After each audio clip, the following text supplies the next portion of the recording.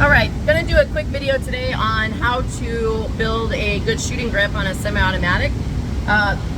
This isn't going to go into an insane amount of detail. It's going to be your very basic way to get set up with a grip from a very fundamental level.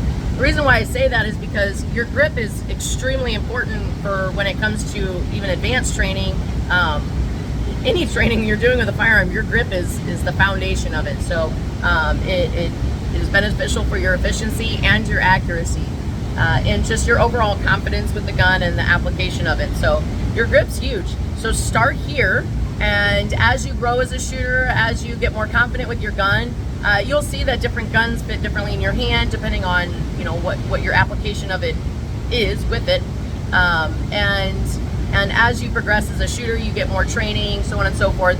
You might find your grip changing slightly. Like I said, there's a lot of details that you can go into with the grip. So we're just starting with the very basic fundamental understanding of how to build a grip. Everybody's hands are a little bit different, guns are different, so on and so forth, okay?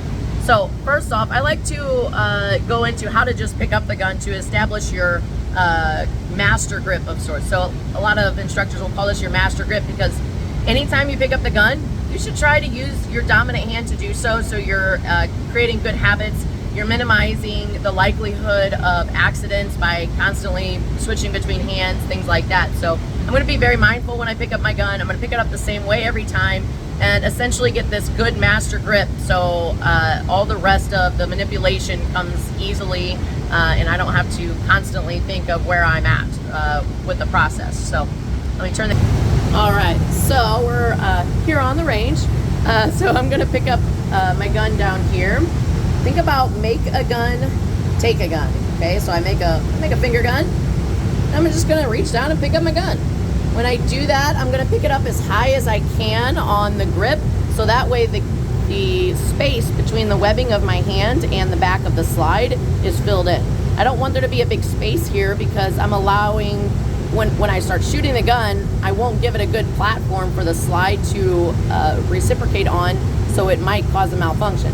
It's very likely that it'll cause a malfunction. So we want that hand up as high as we can, trigger fingers straight, give yourself something to touch, to hold on to give yourself an idea of where your finger is in space. So keep it up here on the slide, on the frame, just don't keep it down here by the trigger, okay? Your thumb on the other side needs to get out of the way. So I'm gonna flip the camera back around and we'll go into this further. Okay. So here's the other side of me building my grip. Again, my hand is nice and high up on the back strap here. There's no gap. If there was a gap here, whenever the slide were to come back, it might not have a good platform to function on, so the slide might not come back all the way, and then I might get a stovepipe or some other malfunction. So I want to make sure that we give it a good firm platform to function on, so that slide the right way and go back fully to make sure the gun's operating the way that it should. Okay, so dominant hand, great. This really needs to be maybe a firm handshake. Really, the dominant hand's job is to pull the trigger and do so in a way that doesn't move the rest of the gun. Our trigger finger, when we press it, is going to want to make these other fingers tighten. Okay, so what we're trying to do is overcome that with our support hand. So when we put our support hand into play, we want to make sure that this one is the tight one. Think about it specifically applying pinky pressure with the support hand. What that does is it forces the whole hand to tighten onto the gun in the correct way.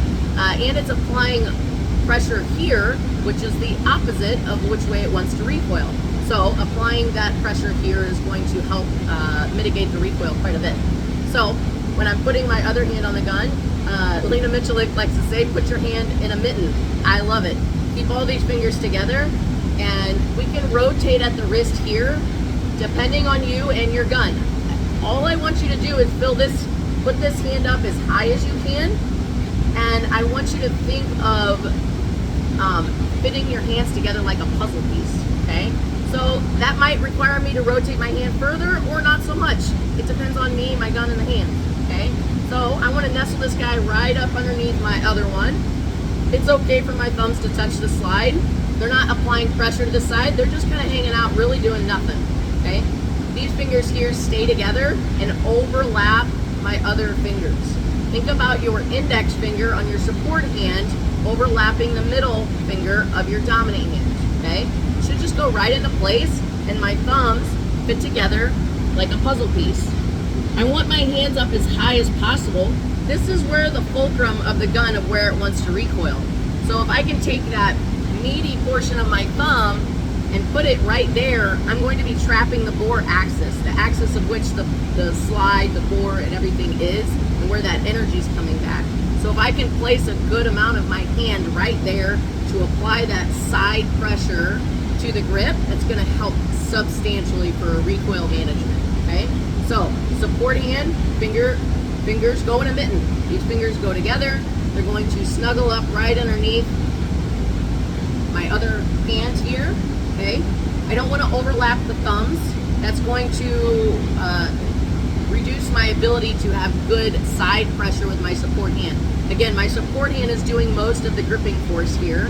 My dominant hand should be no more than a firm handshake. So I want the ability to still run my trigger efficiently.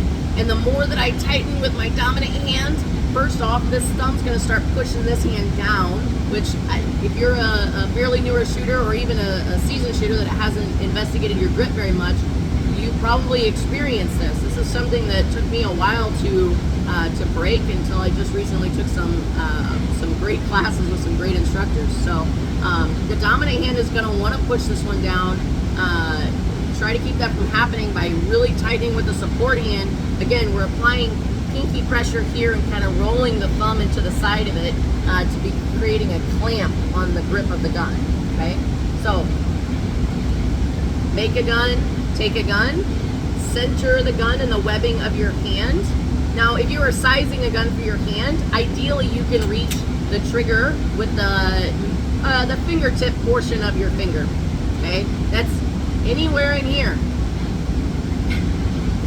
It doesn't have to be perfect, okay? The goal is to pull the trigger straight back. There's some instructors that will put a lot of weight behind the tip of the finger or inboard more. It's all subjective. So depending on your hands, the gun you're shooting, and the application of what you're doing, how heavy the trigger is, so on and so forth, that could all change a little bit.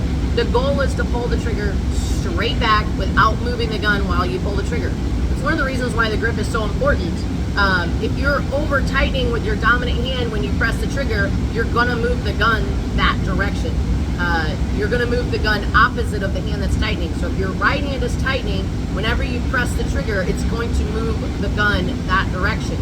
So your support hand really needs to do its job to overcome those fingers tightening. They're all connected.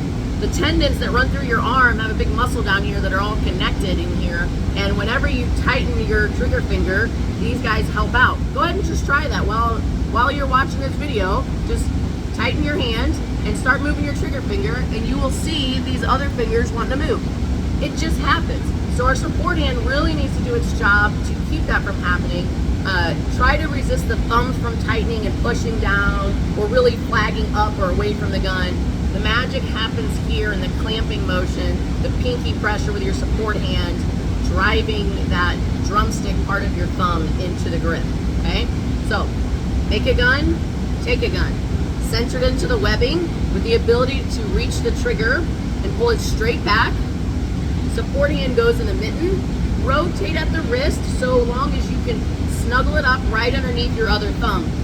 Again, we don't want this thumb down here and overlapping it. We want to keep it up high so our support hand gets good purchase on the grip of the pistol. Okay? Thumbs high. We don't want to push them down. We don't want to flag them off the gun. We keep them up here nice and high to trap that bore axis, but we resist the urge to push into the gun or use our thumbs at all. Okay? Good pinky pressure with the support hand. Drive the gun straight out. That's it.